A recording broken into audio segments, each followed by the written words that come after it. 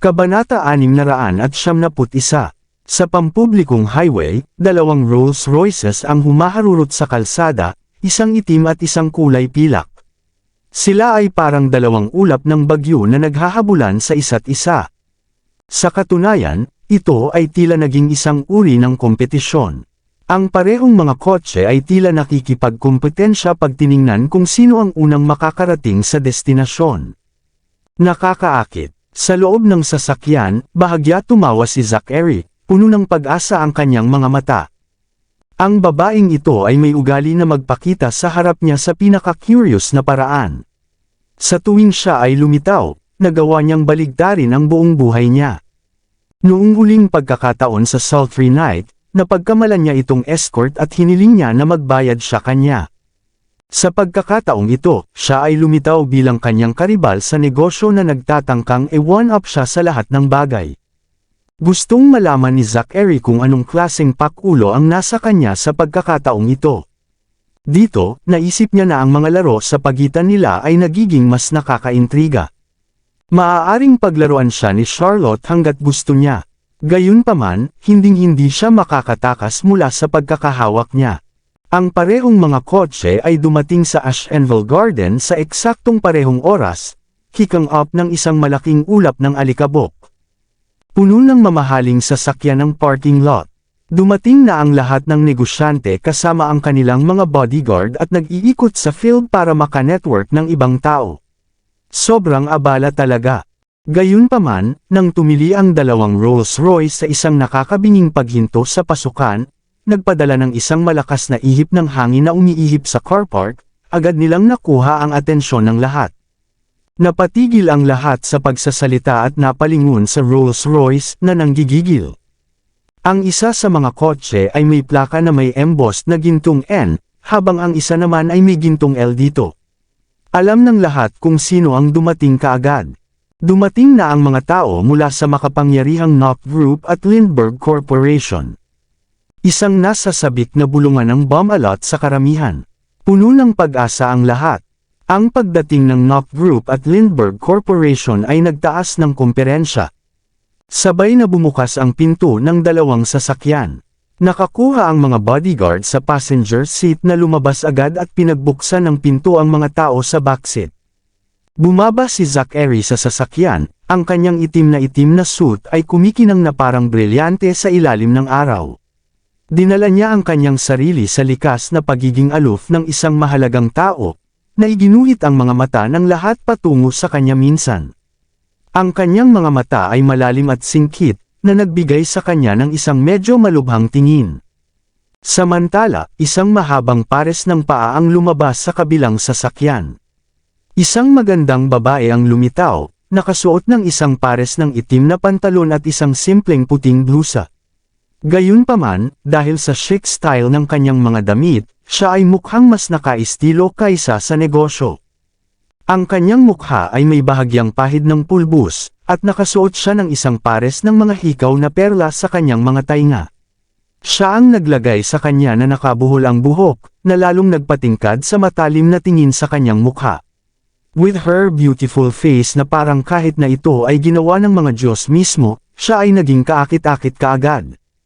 Lahat ay napalingon sa kanya. Mukhang nagulat sila. Sino ang maganda at matalinong babaeng ito na lumitaw wala kahit saan? Samantala, natutuwa pa rin si Zachary sa katotohanan na sa wakas ay makikita na niya ito ng malapitan sa wakas. Ang kanyang puso ay tumitibok ng mas mabilis kaysa dati habang sinusubukan niyang lunukan ang lasa ng kapaitan sa kanyang bibig. Ang kanyang mga hinala ay nakumpirma sa wakas. Ang babaeng ito ay si Charlotte, at walang duda tungkol dito. Si Mr. Potter, ang taong namamahala sa kumperensya, ay nagmamadaling lumapit sa kanila kasama ang kanyang mga bodyguard na hila. Welcome, Mr. Knopp at Miss Lindbergh. Masigasig siyang nakipagkamay kay Zachary, bago bumaling kay Charlotte at sinabing, Miss Lindbergh, nauuna ang iyong reputasyon. Kakapasok mo pa lang sa mundo ng negosyo, ngunit mayroon ka na maraming mga nagawa sa ilalim ng iyong sinturon. Anong batang talento? Mr. Potter, hindi mo dapat sabihin iyan. Natatawang sabi ni Charlotte. Paano kung magalit si Mr. Noct? Pagkatapos ng lahat, ang lahat ng aking mga tagumpay ay itinayo sa mga kabiguan ng Noct Group. Nang marinig ito, agad na tumahimik ang mga tao. Nawala ang kulay sa mukha ng mga negosyante. Nagmamadali silang tumingin kay Zachary, na tahimik na nanunumbat si Charlotte sa sobrang yabang. Paano siya maglakas loob na hamunin siya ng ganito sa publiko? Isa pang bulungan ang dumaan sa nagngangalit na mga tao. Naabot ni Ginoong Potter ang kanyang posisyon dahil sa kanyang mahusay na kakayahang makipag-usap sa lahat ng uri ng tao at gawin silang feel at home. Kilala siya sa kakayahang magsalita ng paraan sa anumang bagay, ngunit sa mga salita ni Charlotte siya ay naging ganap na hindi makapagsalita. Mukhang awkward, pinilit niyang ngumiti sa kanyang mukha at pinunasan ang pawis sa kanyang noo ng isang nanginginig na kamay. Ang sahig ay maaaring nasa ilalim ng aming mga paa, ngunit hindi kami natatakot, dahil umaasa kami dito upang tumayo ng matatag sa aming mga paa. Napangiti si Zachary habang diretsyong nakatingin kay Charlotte. Miss Lindbergh, bata ka pa, at marami ka pang dapat gawin upang matuto. This time, si Charlotte naman ang naiwang tulala. Maliwanag, hindi baguhan si Zachary nang dumating ito sa mga tao sa kanyang sarili. Ang kanyang mga salita ay may mas malalim na kahulugan sa kanila. Nais niyang ipaalam sa lahat na ang Lindbergh Corporation ay tinalo ang Noct Group sa pagkakataong ito dahil pinayagan sila ng Noct Group. Doon ay walang pangamba sa mga nagawa ni Charlotte. Tama ka, Mr. Noct. I'll make sure to learn as much as I can from you. Si Charlotte ay tila hindi naapektuhan sa kanyang mga salita. Nakangiti ng mahaba at makahulugan, tumalikod siya at umalis kasama ang mga bodyguards niya. Oh, umalis ka na. Sinigurado ni Lupin na bibigyan ng malakas na tulak si Ben habang nilalampasan siya nito. Ikaw, si Ben ay nagngangalit ang kanyang mga ngipin, galit na galit. Nang makitang umalis na si Charlotte, mabilis na naghiwa-hiwalay ang iba, alam nilang natapos na ang palabas ng mabilis tulad ng nagsimula. Gayunpaman, ito ay naging isang kapana-panabik na showdown habang tumatagal ito. Habang naglalakad ang lahat, nagsimula na silang tinatalakay ang bagay sa kanilang sarili. Sus, nakita mo ba kung gaano kayabang si Miss Lindbergh? Patuloy niyang tinutuya si Mr. Noct, ngunit nanatili siyang maginoo at tumangging magwala. Kung ito ay ibang tao, gayunpaman, siya ay sumabog na sila kaagad. Hindi ba niya pinakaayaw na kinukot siya ng mga tao? Ano ang nangyari ngayon? Bakit niya siya binitawan ng napakadali? Sa aking palagay, alam ni Mr. Noct ang halaga ng pag-urong upang umasenso. Oo, tama. Sa tingin ko ay sinusubukan lang niyang alisin ang magandang babae sa kanyang tali. Haha, nang marinig ito, namula ang mukha ni Ben sa galit. Gayunpaman, tila walang kabuluhan si Zachary. Ang kanyang mga mata ay patuloy na sinusundan si Charlotte habang siya ay lumalakad papalayo. Ang ilang mga negosyante ay gustong makipag-network sa kanya, ngunit pinigilan sila ng kanilang mga kaibigan. Si Mr. Noct ay malamang na nilalaga ngayon. Kung aakyat ka sa kanya ngayon, walang magandang mangyayari. Naramdaman ng mga negosyante na tama ang kanilang mga kaibigan. Nahihiyang lumapit sila kay Zachary at kinamusta sa kanya bago muling kumalas ng mabilis. Habang nakatingin siya kay Charlotte, ang puso ni Zachary ay napuno ng emosyon. Sinubukan niyang itago ang mga ito. 2 taon niya itong iniisip araw at gabi, pinahihirapan ng guilt sa kanyang puso. Sa wakas ay nagkaroon siya ng isang pagkakataong palayain ang mga damdaming iyon ngayon. Nakabalik na siya sa wakas. Siya ay talagang nagpakita sa kanyang harapan sa laman. Sa pagkakataong ito, hindi siya isang mirage o panaginip na mayroon siya conjured up in the middle of the night, she was actually here. Kanina lang siya nakatayo malapit sa kanya. Ang kanilang maikling pag-uusap ay pumukaw sa ilang alaala ni Zachary mula sa nakaraan. Noon, masaya siyang makipagtalo sa kanya ng lubusan. Kahit na hindi niya nagawang talunin siya sa isang labanan ng talino, nagustuhan pa rin niya ang pagbibigay ng hamon sa kanya. Habang iniisip niya ito, ang kanyang mga labi ay nakakurba sa isang ngiti. Mas naging malumanay ang ekspresyon ng mga mata niya kaysa dati. Nagkunwari ba siyang hindi siya nakilala dahil galit pa rin siya sa nangyari sa lahat ng mga nakaraang taon? Hindi mahalaga, isa-isang hakbang niya ito, dahan-dahan ngunit tiyak, natatanggalin niya ang anumang negatibong damdamin na mayroon siya sa kanya, at gagawin siya na bumalik sa kanyang tabi. Mr. Noct, si Miss Lindbergh ay bata at walang ingat. Mangyaring huwag isa puso ang kanyang mga salita, sabi ni Mr. Potter, na maingat na sinusubukang pakalmihan si Zachary. Kapag nakahanap ako ng pagkakataon, sisiguraduhin kong bibigyan ko siya at kausapin ng mabuti. Kung ang ibang tao ay kinukutya si Zachary ng ganoon, ang labanan ay magiging kakilakilabot para sa kanila. Maging ang mga organizer ng kaganapan ay nasangkot sa bagay na ito. Kaya naman, nadama ni Ginoong Potter na obligado siyang humingi ng tawad sa naunang alitan. Babae, may karakter siya, ngumiti ng malapad si Zachary at naglakad palayo. Nagmamadaling sinundan siya ni Ben at ng mga bodyguard. Si Mr. Potter ay nakatayong nakaugat sa kanyang kinatatayuan, ay nakaramdam ng kaunting pagkawalan ng mga salita. Anong nangyari?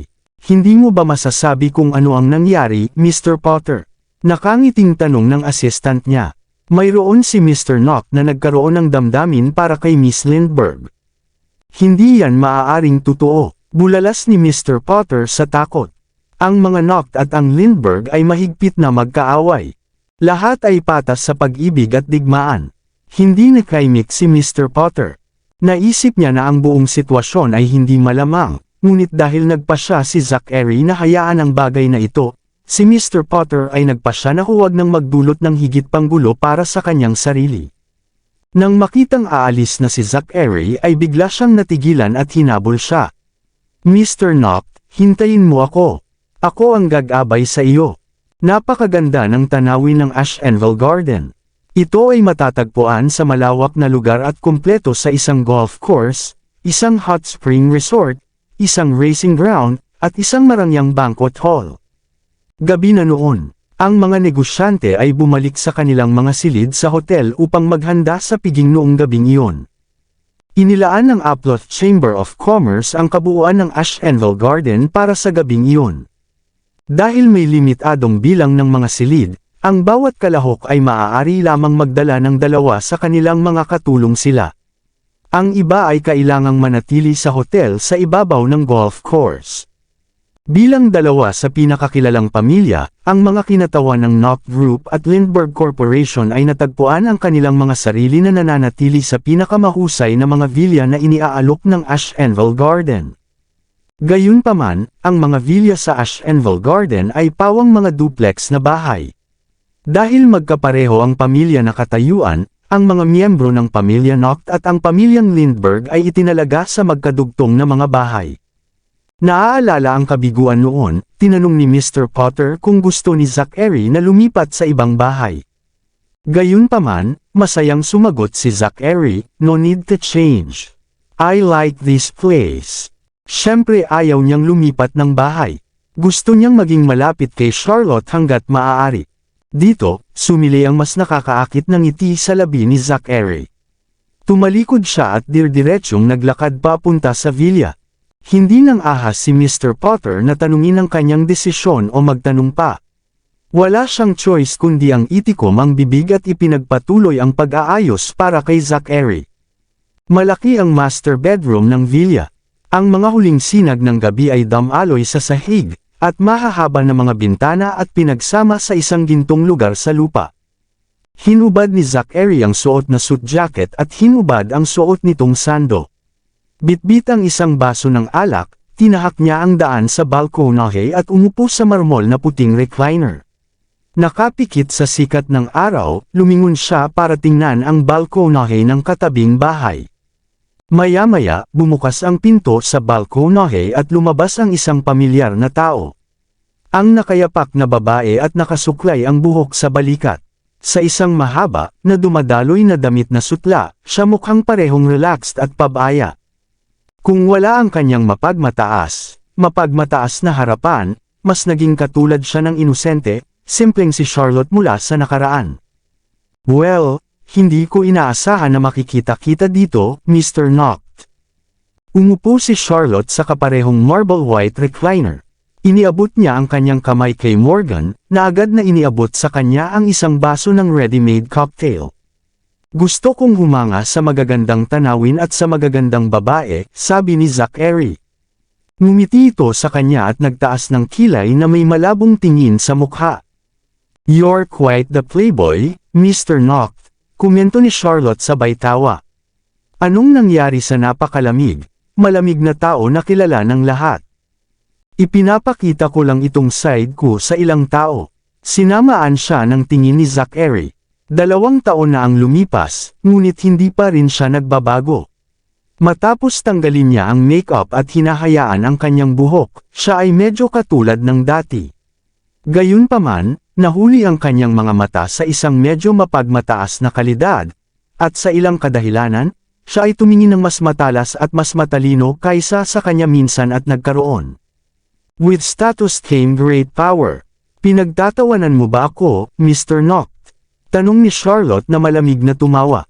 Balita ko kasal ka ng lalaki. Oo, sa katunayan, kamukhang-kamukha mo ang asawa ko. Sinubukan ni Zachary na magpukaw ng reaksyon mula sa kanya. Siya ay naging 2 taon nang nawawala. Baka ikaw na siya. Hahaha, biglang tumawa si Charlotte. Mr. Noct, ang iyong paraan ng pagkuha ng mga babae ay medyo nakakaawa, hindi ba? Hindi mo ba talaga ako nakikilala? Mukhang nalilito si Zachary.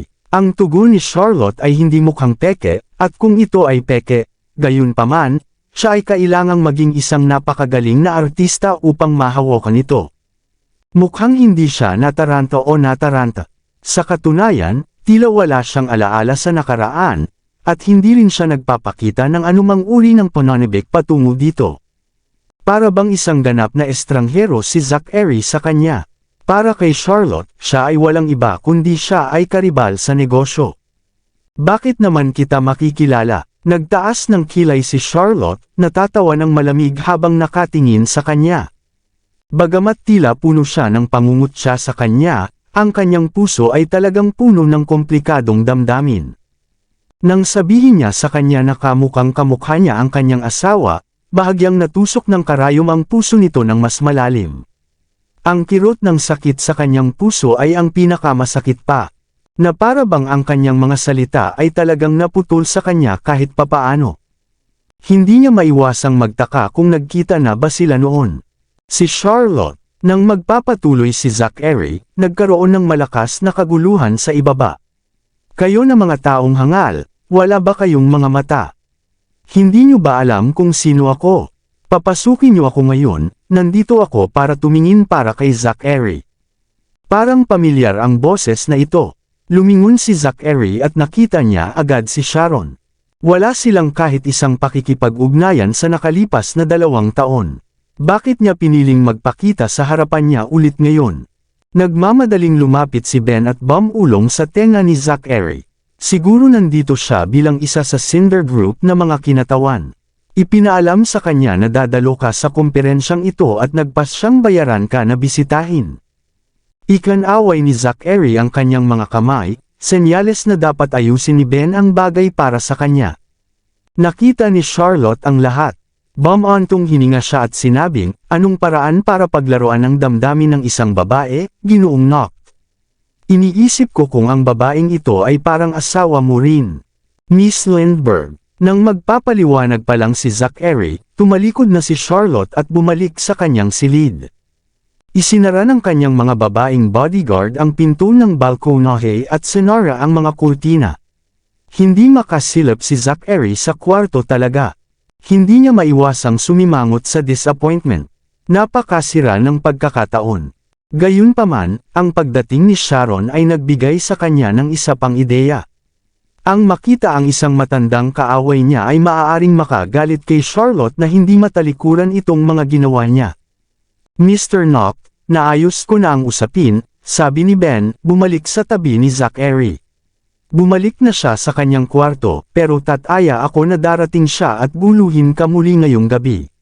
Gusto mo bang itigil ko na itong una? Hindi nakakailanganin iyon. Gusto ni Zachary na makita kung ano ang magiging reaksyon ni Charlotte kapag siya ay tuluyang nakita na napatingin ulit ako kay Sharon. Habang nagpapalit ng damit si Zachary, biglang tumunog ang phone niya na may text notification. Iniisip na ito ay ilang uri ng spam, tuluyan niya itong binaliwala. Nagmamadaling pumasok si Ben sa silid at bumulas, "Mr. Knock, lalabas na sila ng bahay." Napakabilis. Kumunot ang noo ni Zachary at mabilis na nagsuot ng sapatos. "Ibigay mo sa akin ang relo ko, dali." "Oh." Pinasa naman agad ni Ben sa kanya ang kanyang relo.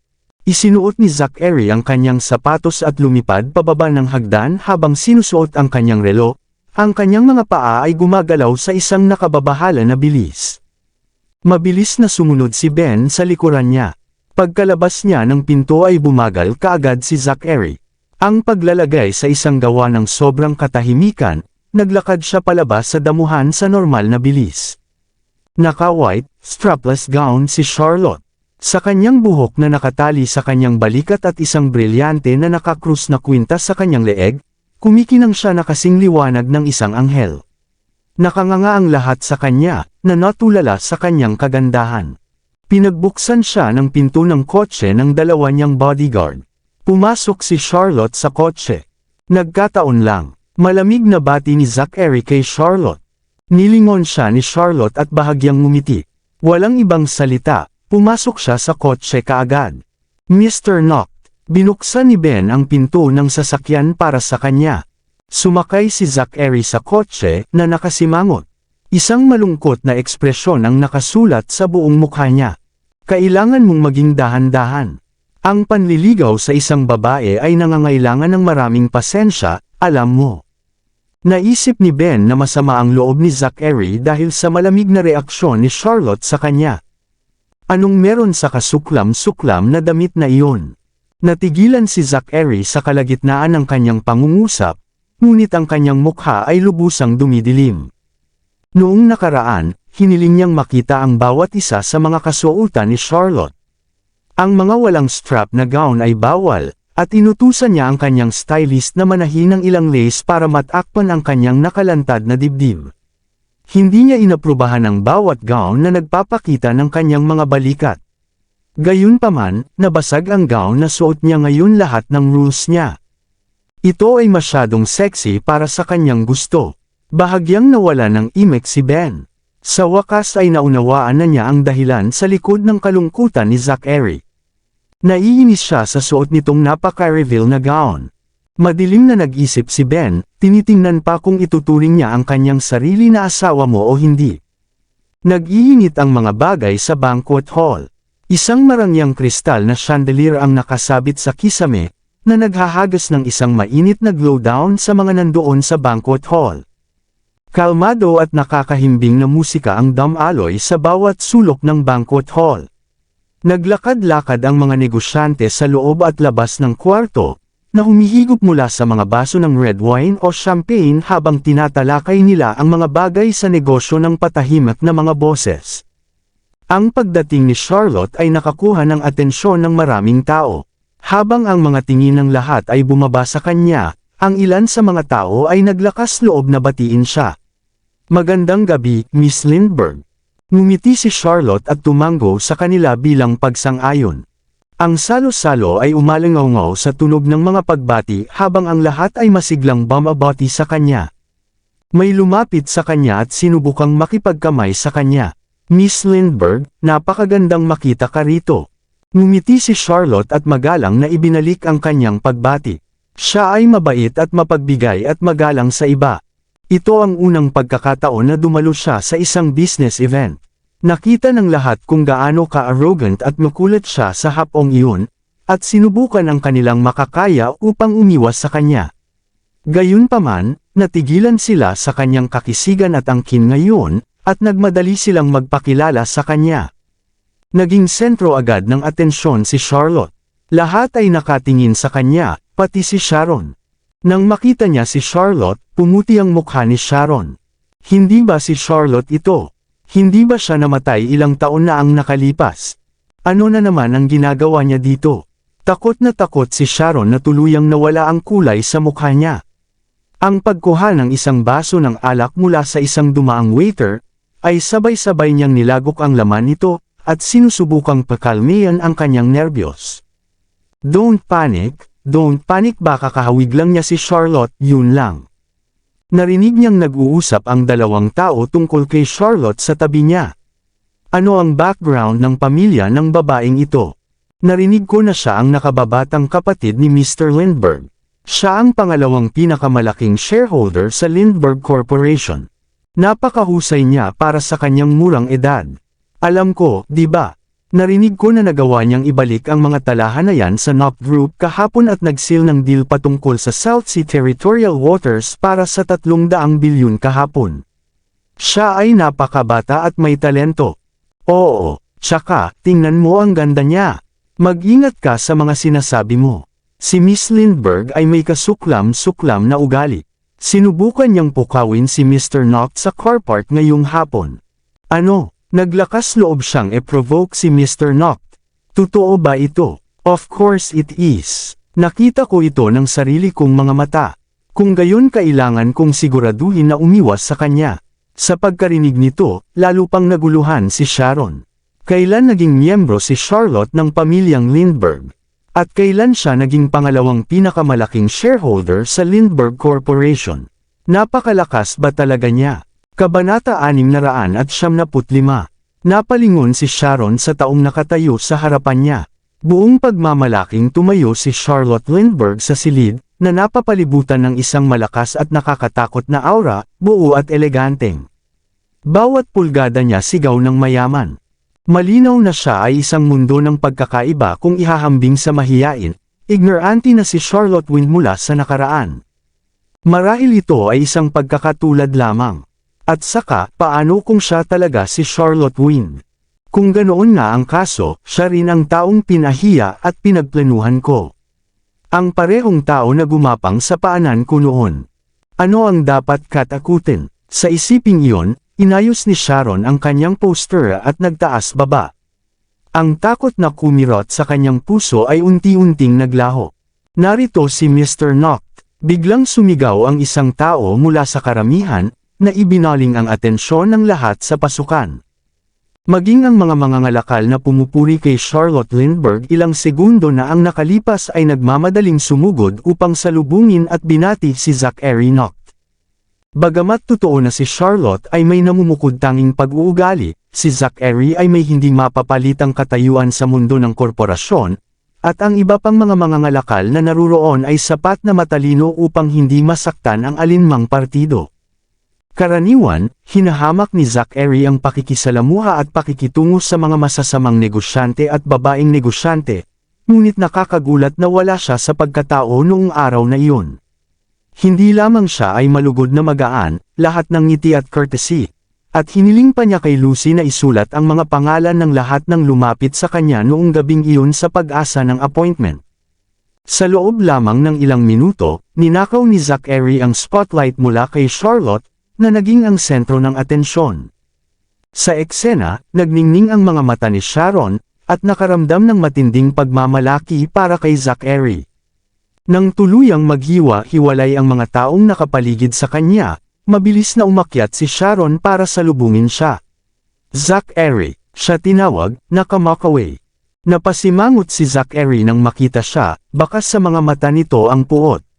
Gayunpaman, napalunok siya ang paunang pandidiri at pilit na ngumiti kay Sharon.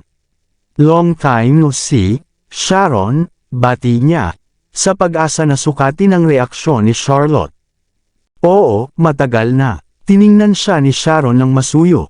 Ang lahat ng nangyari sa nakaraan ay hindi mahalaga sa kanya, kahit na ang katotohanan na siya ay malupit na iniwan siya. Para kay Sharon, si Zachary ang palaging magiging pinakawalang kapintasan, at palagi siyang may malambot na lugar para sa kanya. Palihim na sumulyap si Zachary kay Charlotte.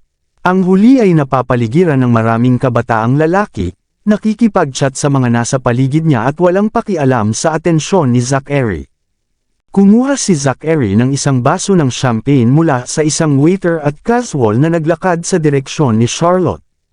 Narinig mo ba? Nagawa kong makuha ang aking mga kamay sa piraso ng lupa sa Summerbank. Si Sharon na sinundan siya ng malapitan, sinubukang paboran si Zachary sa pamamagitan ng pagtalakay sa mga paksang gusto niya. Meron din isang underground na casino sa Light Spring na kamakailan ay nakipag-ugnayan sa amin na umaasa ng partnership. Ang mga casino sa Light Spring ay legal na pinapatakbo, maaari mong isaalang-alang ang alok. Sagot ni Zachary kay Sharon na wala sa isip, ni minsan ay hindi umaalis kay Charlotte ang kanyang tingin. The business in M Nation is also now under my supervision since Daddy has too much on his plate. Good thing too, since si Daddy is way too soft with the staff and so indecisive. Nagkaroon ng maraming sakit ng ulo mula nang siya ang namamahala sa negosyo ng pamilya 2 taon na ang nakakaraan. Napaawang ang labi ni Sharon bago nagpatuloy, dati kami ay isa sa nangungunang 30 kumpanya sa Upload. Ngayon na-rank na kami down to top 80. Walang humpay, na sinubukan pa rin ni Sharon na kunin ang atensyon ni Zachary. Pero gagawin ng pamilya Knock laging maging pinakamahusay at iyon ang pinakamalaking pagkakaiba. Sino ang nagsabi? Malamig na tugon ng isang boses na nagpalamig sa gulugod ni Sharon. Sa wakas ay ibinaling ni Sharon ang kanyang tingin kay Zachary, at nakita ni Sharon ang kanyang sarili na kaharap ang walang iba kundi si Charlotte Lindbergh. Ang malamig na mga mata ng huli ay bumaon sa kaluluwa ni Sharon. The latest data has yet to be revealed. I wouldn't be so confident, sabi ni Charlotte na may kilay na itinaas. Bakas ng pagmamataas ang boses niya. Kakaiba iyon. Bakit parang pamilyar ang babaeng ito? Bahagyang kumunat ang noo ni Charlotte, at tinitigan ang babaeng nasa harap niya. Hindi lang yun, bakit parang naiirita ako sa presensya niya? Nakaramdam si Charlotte ng isang alon ng hindi maipaliwanag na galit at kasuklam-suklam sa pamamagitan ng kanyang paningin lamang kay Sharon Blackwood, na kung sila ay ipinanganak upang maging kaaway. Naguguluhan, nag-iwas ng tingin si Sharon, at naputol ang eye contact kay Charlotte. Ang titig na ibinigay ni Charlotte sa kanya ay ginawang gumapang ang kanyang balat. Gayunpaman, ang buong mata sa kanya, na tumanggi si Sharon na umatras. Kahit labag sa kalooban niya, kumagat si Sharon ng bala and retorted, kahit ma-reveal ang datos, mauuna pa rin ang pamilya Knock. Walang sino man na maaaring agawin sa kanila ang status na iyon. Agawin, tinikit ni Charlotte ang kanyang mga mata sa isang mapanganib na kislap. Lahat ng ito ay patas na paglalaro sa mundo ng korporasyon. Ang lahat ay tinutukoy ng data at mga numero. Bakit kailangan kong agawin ang unang pwesto sa kanila? Ang malinaw na umalingaw-ngaw sa silid ang ingay ng kanyang mataas na takong habang matikas siyang humakbang patungo kay Sharon ay siya ay nagsalita, tulad ng isang mandaragit na na-corner nito ang biktima. Anong pangalan mo? Aling korporasyon ang kinakatawan mo? Nang hindi naghihintay ng tugon, si Charlotte ay nagpatuloy sa pagtatanong kay Sharon ng medyo agresibo. Paanong maaari bang payagang lumahok ka sa Upload Chamber of Commerce? Lumingon si Charlotte kay Mr. Potter at ngumisi, mukhang mas magagawa mo ang iyong trabaho, Mr. Potter. Ang kaawa-awang si Mr. Potter ay nasa receiving end na naman ng galit ni Charlotte nang walang rhyme at reason.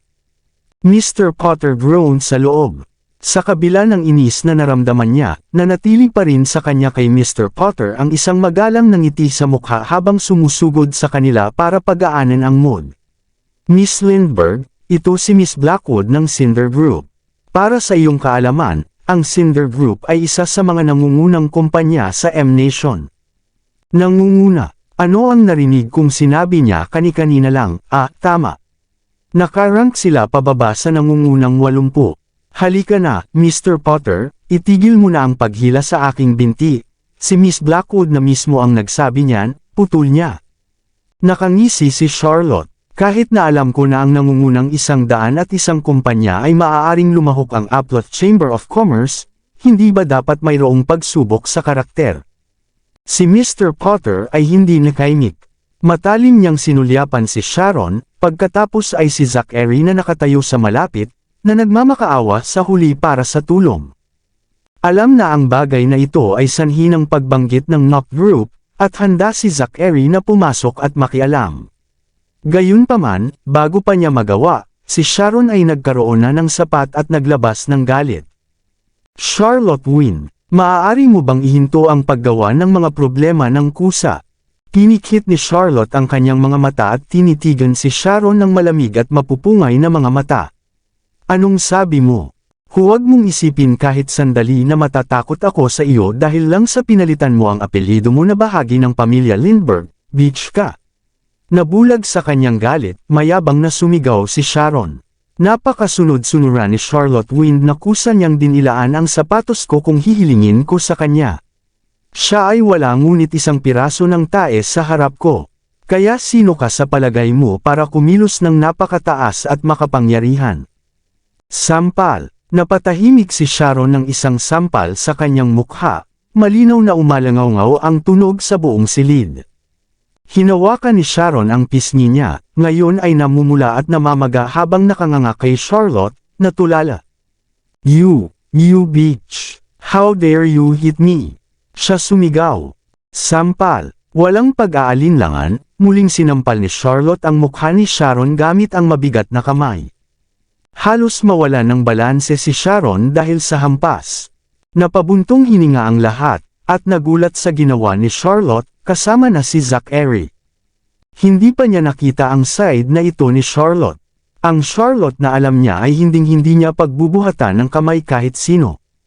Nakatitig sa estranghero sa kanyang harapan, ang mga pag-aalinlangan ay pumasok sa isip ni Zachary.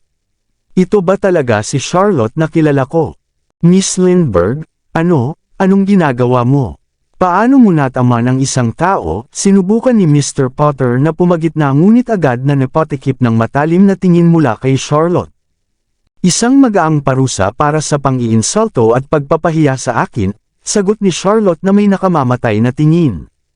Namutla si Mr. Potter, at nawalan ng mga salita. Papatayin kita. Sinugod ni Sharon ang sarili kay Charlotte nang nakataas ang kamao, na nababaliw sa galit. Mabilis na parang kidlat, hinawakan ni Charlotte si Sharon sa kanyang mga palso at pinaikot-ikot ang kanyang mga braso sa napakalaking lakas. Umalangaw-ngaw sa buong silid ang isang putok sa tenga, na sinundan ng isang nakakatakot na hiyawan. Nagkagulo sa kwarto. Napuno ng gulat ang lahat sa silid habang sila ay likas na natitised pa atras mula kay Charlotte, at nanginginig sa takot. Hindi naapektuhan ng kaguluhan, itinulak ni Charlotte si Sharon ng mahina. Ang huli ay nakahandusay sa sahig, nakakaawa at magulo. Nakatutok ang tingin ni Sharon sa magkabila niyang braso, at nanginginig sa sakit habang nakalimutan niya kung paano sumigaw. Mabilis. Iminuwestern ni Mr. Potter ang isang tao sa silid.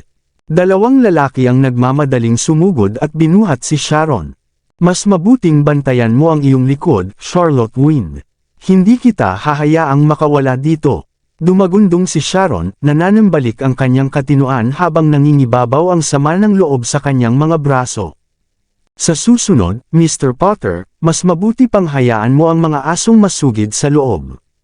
Nagpadala si Charlotte ng nakakatakot na tingin patungo sa direksyon ni Mr. Potter bago tumalikod na may matikas na ngiti. Wala na ang galit na babae mula sa isang segundo ang nakalipas. Paumanhin, lahat. Tinakot ko ba kayo? Malambing na tanong ni Charlotte.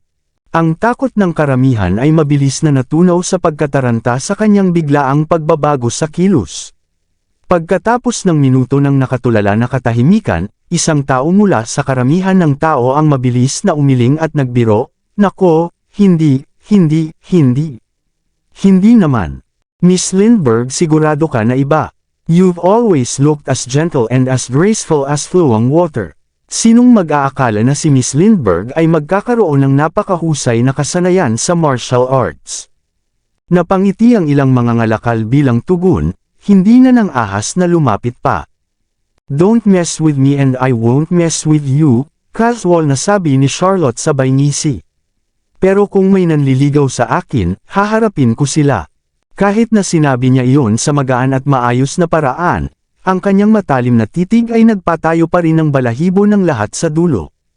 "Oo, tama, Miss Lindbergh," katakot-takot na tugon ng mga tao habang sinusubukan nilang panatilihin ang kanilang mga boses, upang hindi ipakita ang kanilang gulat. "Ano ang tungkol sa iyo, Mr. Noct?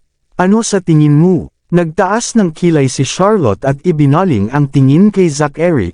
lahat ng tungkol sa kanya ay sumisigaw ng matinding kay-abangan. Iyan ay napakatalino. Napangiti si Zachary, ngunit nais kong itama ka sa isang bagay lamang. Kapag naihayag na ang data sa taong ito, mauuna pa rin ang Knock Group. Mukhang confident ka, komento ni Charlotte na nakataas pa rin ang kilay. Paano ka nakakasigurado na hindi mangunguna ang Lindbergh Corporation sa Knock Group mula sa unang lugar ngayong taon? Sinalubong siya ni Zachary ng magandang ngiti. Well, Miss Lindbergh, karamihan sa mga asset ng Lindbergh Corporation ay nasa EPI at Adron. Sa Uploth Chamber of Commerce, natural, ang Knock Group ang matatagpuan dito sa Uploth ay may mas mataas na bentahe. Naniniwala akong mag-iisip din si Danrick Lindbergh. Nang marinig ang mga salitang iyon, walang salita si Charlotte para pabulaanan ang argumento. Sa lahat ng katotohanan, wala siyang pakialam ng mas kaunti tungkol sa mga ranggo. Ang paningin ni Sharon ang nagpasindi sa fuse. Hindi alam ni Charlotte kung bakit, pero something about Sharon Blackwood just rubbed her the wrong way, irritating her to no end, and all she ay nais upang kontrahin ang lahat ng sinabi o ginawa ni Sharon. Iyon ang nagudyok sa kanya para gawin ang ginawa niya kanina.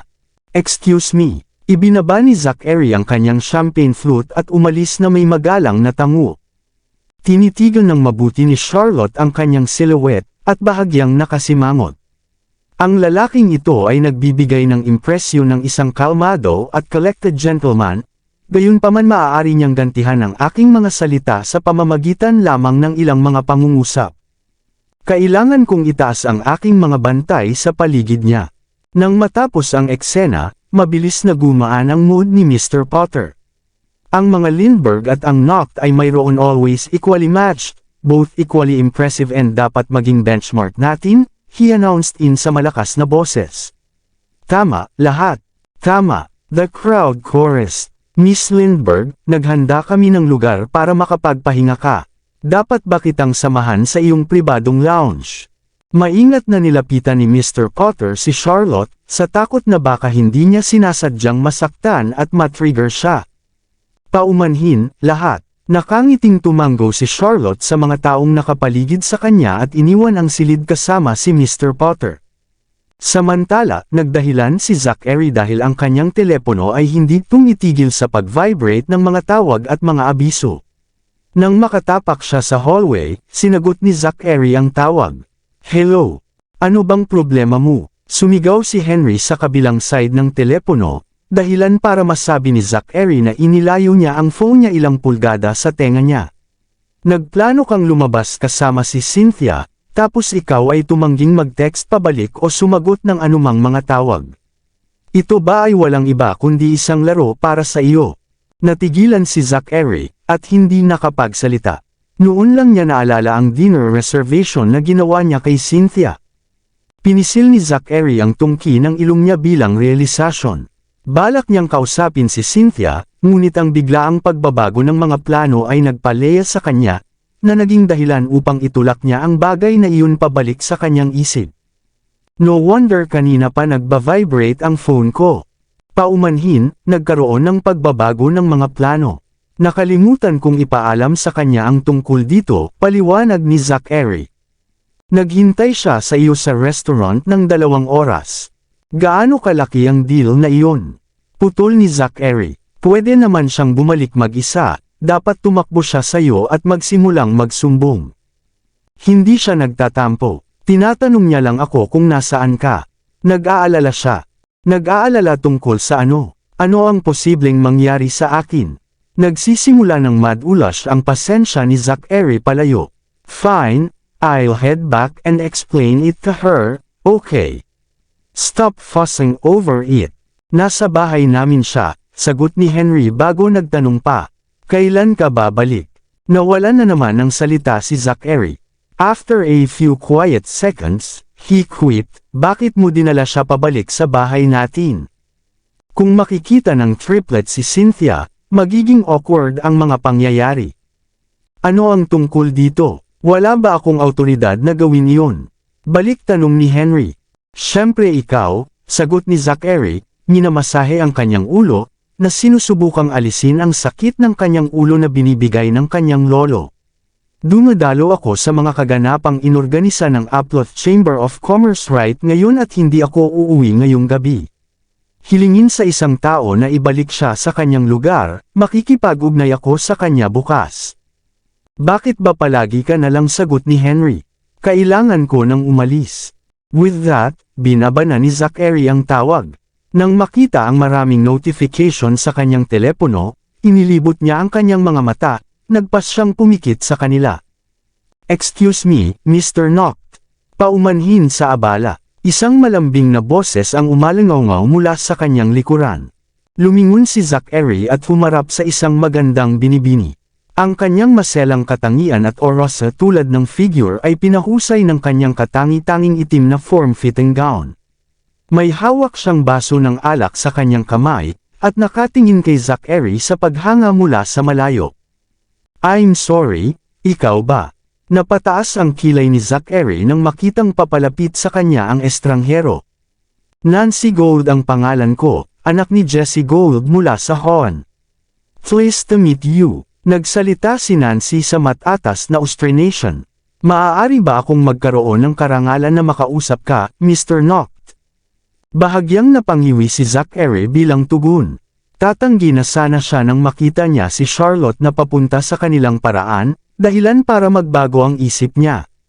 With a coy but polite smile, iminuwestro ni Zachary ang kanyang kamay sa lounge. Pakiusap, pumasok ka. Salamat. Huni ni Nancy, na tuwang-tuwa. Ngumiti si Zachary, at mabilis na sumulyap sa direksyon ni Charlotte bago dinala si Nancy sa kanyang pribadong lounge, sadyang binabagalan ang kanyang lakad. Gaya ng sinadya niya, dumaan si Charlotte sa dalawa papunta sa sarili niyang lounge. Gayunpaman, sa kanyang pagkadismaya, binigyan lang siya ni Charlotte ng tingin ng pang-aalipusta at lumakad kaagad ng hindi nag-iisip. Kumunot ang noo ni Zachary habang nakakunot ang noo. Ang pakikipag-ugnayan sa pagitan nina Charlotte at Sharon, ang paraan ng paghahanap ng kasalanan ni Charlotte kay Sharon sa lahat ng ginawa ng huli, sa paraang tila si Charlotte ay sumagi sa isip niya ang paghihiganti. Lahat ng iyon ay tila nagpapatunay na siya talaga si Charlotte Wynne. Kaya bakit, nang makita ang aking sarili na malapit sa ibang babae, hindi man lang siya kumibo? Mr. Noct, entertainment-based ang company ng family ko. Marami kaming pinirmahang kontrata sa mga sikat na kilalang tao sa Coandria. Agad na inilunsad ni Nancy ang pagpapakilala sa sarili nang makaupo siya. Sana mabigyan mo kami ng chance to work together, Mr. Noct, matamis niyang dagdag, at bahagyang tumango si Zachary. Tingnan natin, baka balang araw. Habang nagsasalita siya ay nagbigay siya ng senyales. Lumakad paharap si Ben at magalang na yumuko.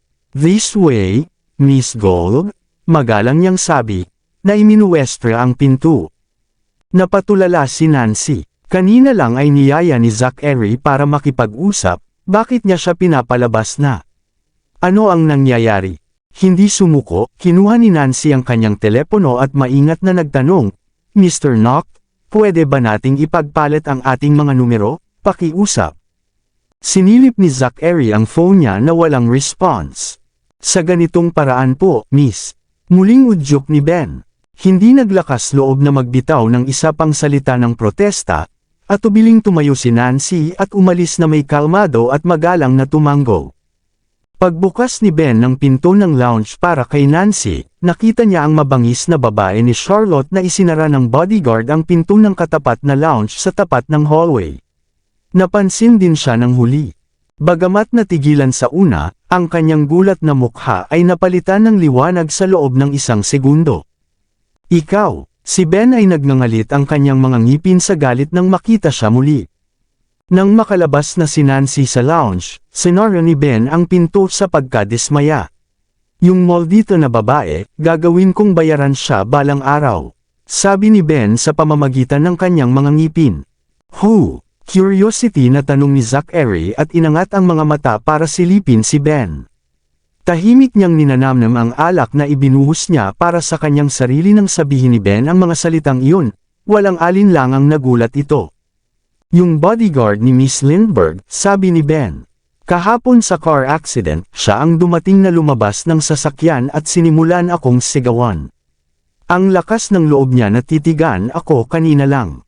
She looks like she has great combat skills. Baka hindi mo siya matalo kung meron duel, pang-aasar ni Zachary sabay ngisi.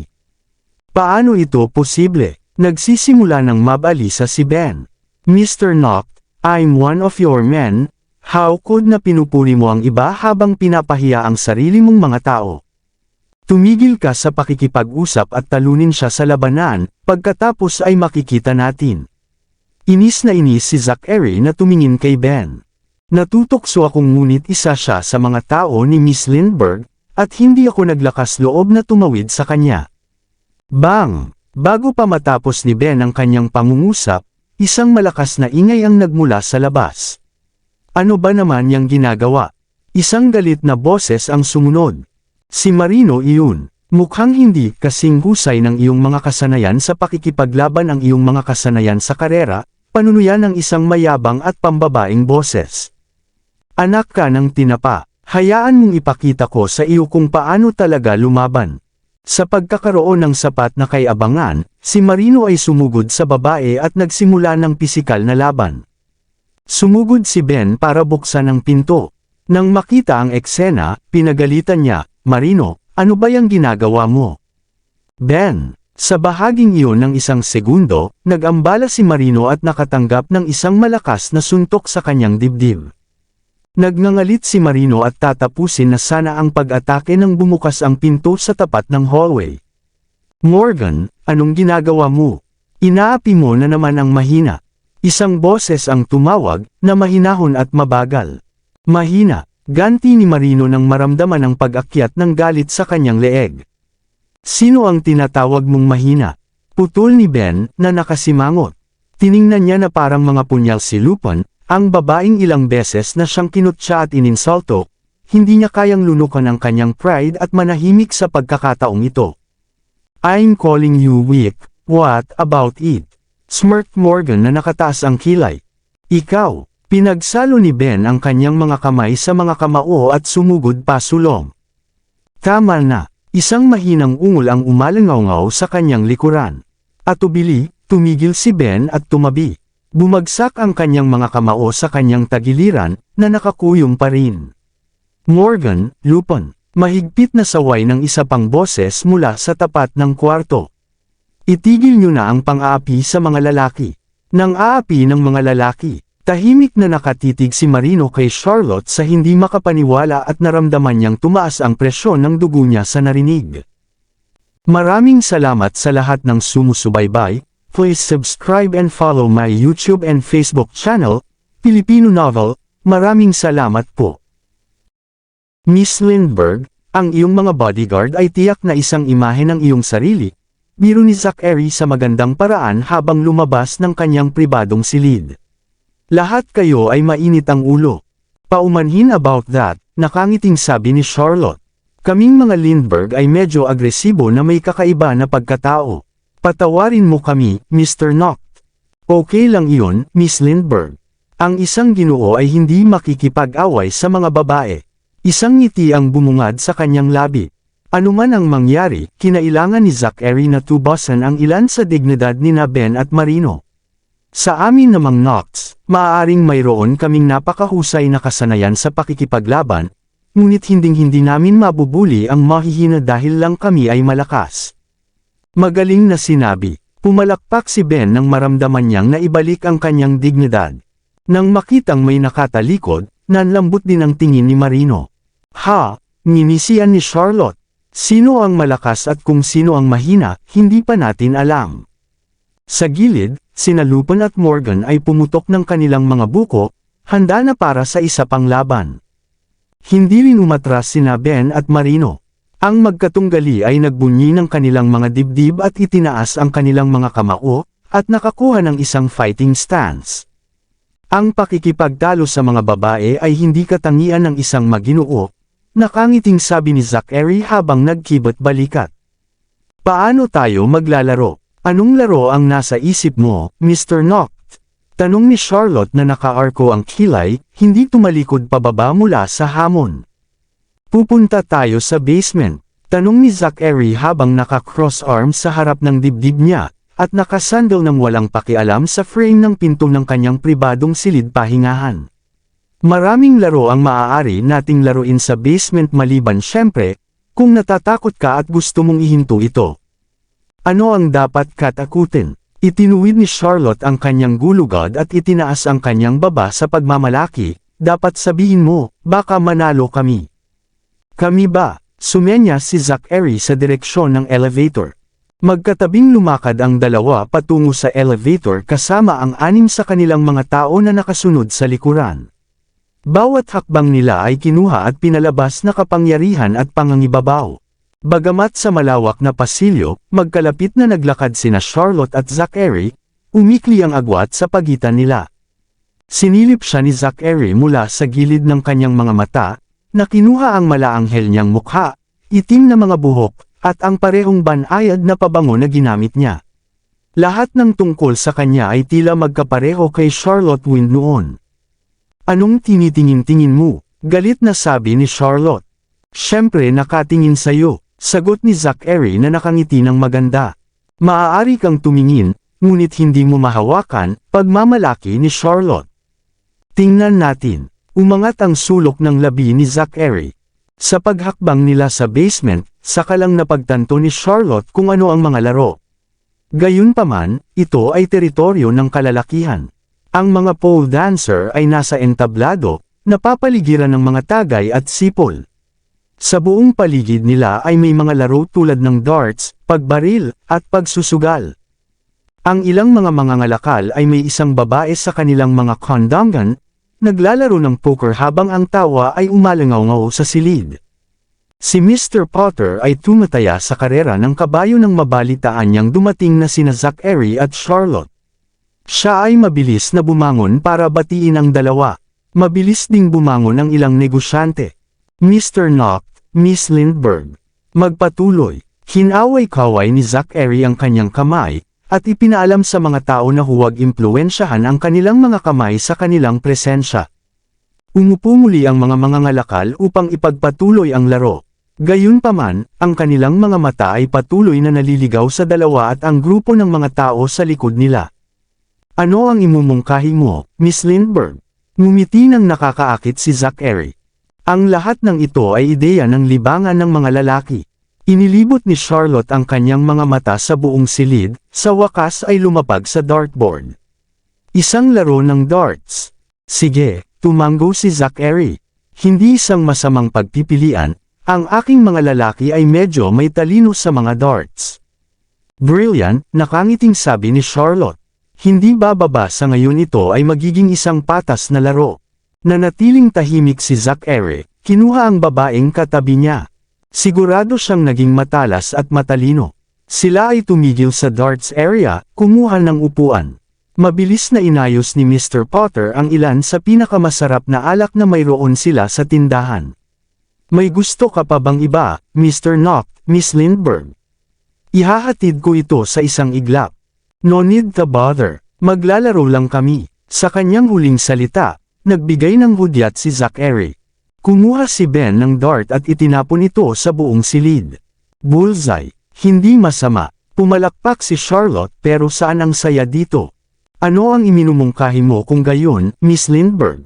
Nag-cross-leg si Zachary at mahinahong tumingin sa kanya.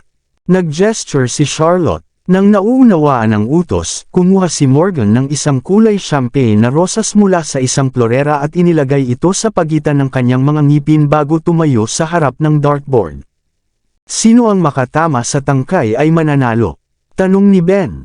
Hindi, malamig na sabi ni Charlotte na may kasamang pang-iinis. Kung sino ang unang maghulog ng lahat ng talulot sa lupa ay siyang mananalo.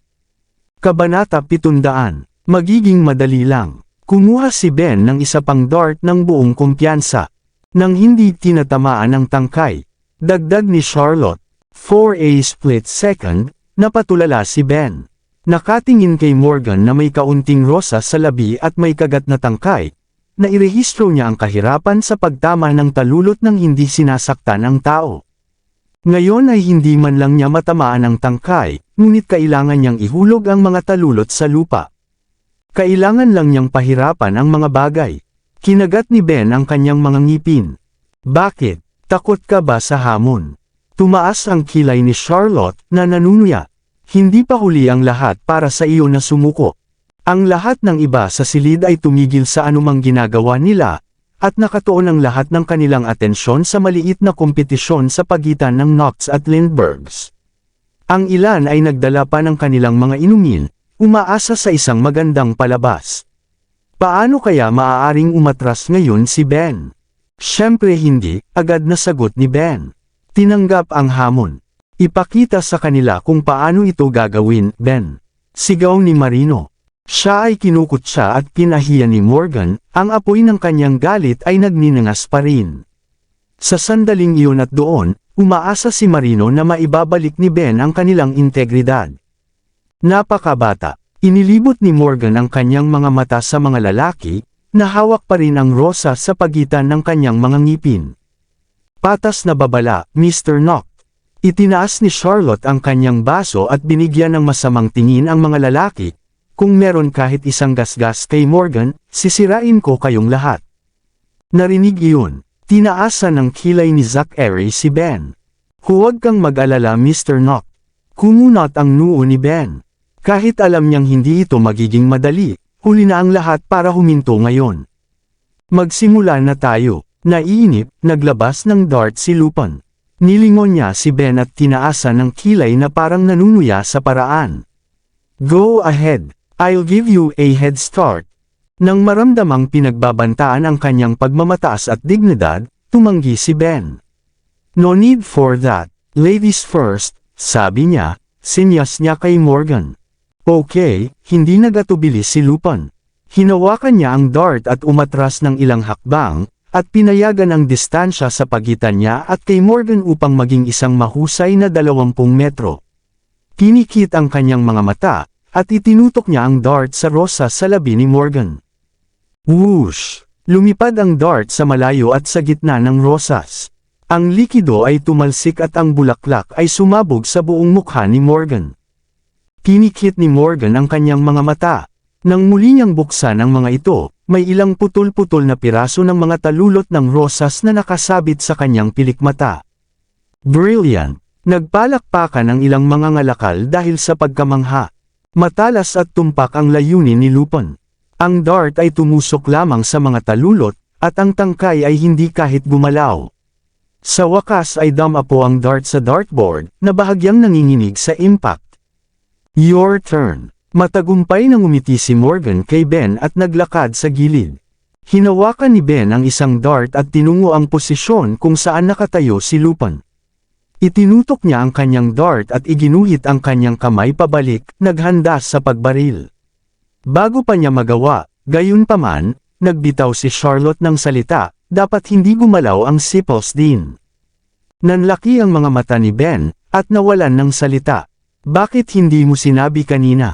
Natama ni Lupin ang gitnang bahagi ng bulaklak, naiwan lamang ang magulo sa ilalim na kalahati na pinagdikit ng bulaklak ang mga sepal. Kung hindi sila pinapayagan na matamaan ang mga sepal, mas magiging komplikado ang mga bagay. Hindi ko rin natamaan ngayon lang, kiba't balikat ni Lupin sabay ngisi. Ikaw, si Ben ay nagngangalit ang kanyang mga ngipin sa pagkadismaya. Ngunit sa lahat ng mga mata ay nasa kanya, nagpasya siyang huwag pumili ng isang maliit at makipag-away sa isang babae at hayaan itong dumausdas. Good luck, Ben. Pagpapalakpak ni Marino sa malamig na pawis, na nakaramdam ng pagkabalisa para kay Ben. Si Zachary naman ay matikas na humigop ng inumin na hindi man lang inaangat ang tingin. Mukhang wala kang pag-aalala, Mr. Knox, panunukso ni Charlotte. Paano kung matalo ka? Di ba nakakahiya? Inikot ni Zachary ang baso sa kanyang mga kamay bagong umiti, the Knox never lose, kumpiyansa niyang pahayag. Sa mga salitang iyon, lumipad ang dart ni Ben sa buong silid at tumpak na tumusok sa mga talulot, na iwasan ang mga sepal ng ilang milimetro. Ang mga talulot ay napunit at nagkalat, marahan na damapo kay Morgan, na nagdagdag ng mga pahiwatig ng kulay sa kanyang itim na suit. Ngunit ang tanawin ay mukhang hindi may kakailan na maganda. Magaling, naghiyawan at nagpalakpakan ang mga tao. Hindi man nailaglag ni Ben ang kasing dami ng petals ni Lupin, nagawa niyang matamaan ang target, at tiyak na walang gasgas sa anumang bagay. Dahil doon, humanga ang mga tao. Hindi masama. Napangiti si Charlotte sa labi. Minamaliit kita. Tunog ni Ben at sinenyasan si Lupin na kunin ang susunod niyang shot. Interesado siyang makita kung ano ang susunod na gagawin ni Lupin. Ang rosas ngayon ay lubusang gusot, na may mga maliliit na piraso ng talulot na natitira. Upang matagumpay na matamaan ang mga petals na naiwan ay isa ng hamon sa sarili, lalo na ang pagpapatambas sa kanila.